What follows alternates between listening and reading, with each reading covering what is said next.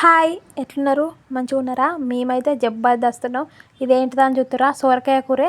సొరకాయ కూర గిట్ల చేసుకోరు, మస్తు ఉంటుంది. ఓన్లీ పచ్చిమిర్చితోనే వేయాలి, కారం వేసి అస్సలు వేయద్దు. కూర కారం వేసిరనుకో సర్వనాశనం అవుతుంది. మంచిగా పచ్చిమిరకాయలు వేసుకొని చేసుకున్నారనుకో సూపర్ ఉంటుంది. నేను ఇట్లా వేసినట్టు వేయిరి, మస్తు టేస్ట్ వస్తుంది. మంచిగా గిన్నె పెట్టుకొని ఒక 2 పావులంత నూనె పోసుకొని ఆవాలు జీలకర్ర మంచిగా వేసుకోవాలి. వేసుకున్నాక కచ్చా దంచుకున్న ఎల్లిపాయలు కూడా మంచిగా వేసుకోవాలి. మంచిగా ఎల్లిపాయలు అనేది మంచిగా ఫ్రై కావాలి. చూస్తున్నారు కదా వీడియోలో చూసినట్టు మంచిగా ఎల్లిపాయలు అనేది మంచిగా ఫ్రై అయినాక బాగా కోసుకోవాలి.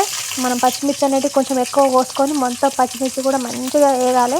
మంచిగా వేగితే మనకు మంచి టేస్ట్ కూడా మంచిగా వస్తుంది అన్నట్టు.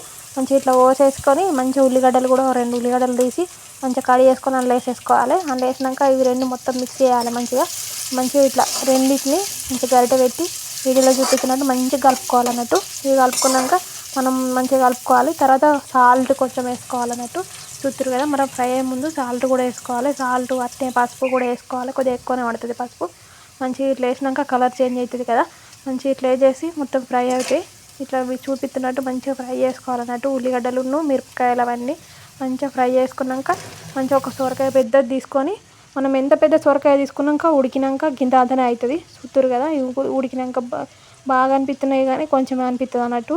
చూస్తారు కదా, సొరకాయ ముక్కలు మొత్తం కడిగి వేసుకోవాలి. చూస్తున్నారు కదా, మంచిగా వేసేసి మనం ఆ నూనె అవన్నీ కలిసేటట్టు మంచిగా మిక్స్ చేసుకోవాలి. ఇట్లా చూస్తున్నారు కదా, ఇందులో వితౌట్ వాటర్ మొత్తానికి మిక్స్ చేయొద్దు. వాటర్ అసలే పోయొద్దు. అందులోనే వాటర్ కంటెంట్ అదే మొత్తం ఇట్లా నీరులాగా వచ్చి అదే ఉడుకుతుంది అన్నట్టు. నేను ఒక్క చుక్క కూడా నీళ్ళు పోయాలి. ఇట్లా వేసుకుంటే సొరకాయ కూర టేస్ట్ మస్తు ఉంటుంది. గిన్నె మొత్తం ఖాళీ చేసి పడేస్తారు, అట్లుంటుంది మరి సొరకాయతోని. ఇంకా చపాతీలో వేసుకొని తిన్నారనుకో ఇంకా మత్తు. ఎంత పెద్ద సొరకాయ వండినా అటే అయిపోతుంది అన్నట్టు. మాకైతే మా ఇంట్లో నువ్వు పెద్ద సొరకాయ తెచ్చి వండినా కానీ జల్దీ ఉడికిపోతుంది. మంచిగా ఇట్లా మస్తు ఉంటుంది అన్నట్టు.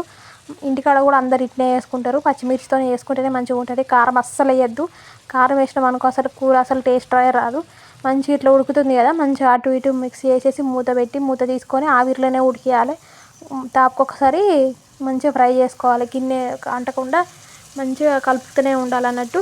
మంచిగా ఇట్లా కలిపితే ఏంటంటే మనకు వాటర్ ఇట్లా వచ్చి చూస్తున్నారు కదా వీడియోలో, వాటర్ అనేది ఏర్పడి ఇట్లా మంచిగా మనకు ఉడుకుతుంది అన్నట్టు.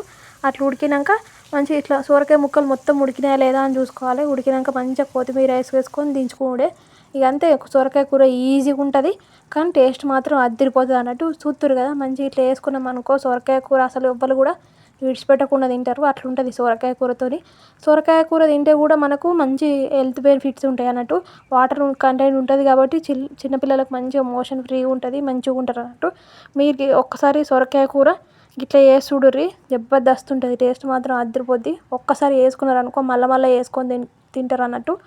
కానీ పచ్చిమిర్చితోనే వేసుకోవాలి, అస్సలు కారం వేయద్దు. అది ముందుగాల నుంచి చెప్తున్నా నేను. పచ్చిమిర్చితోనే వేసి చేసిరనుకో మస్తు ఉంటుంది.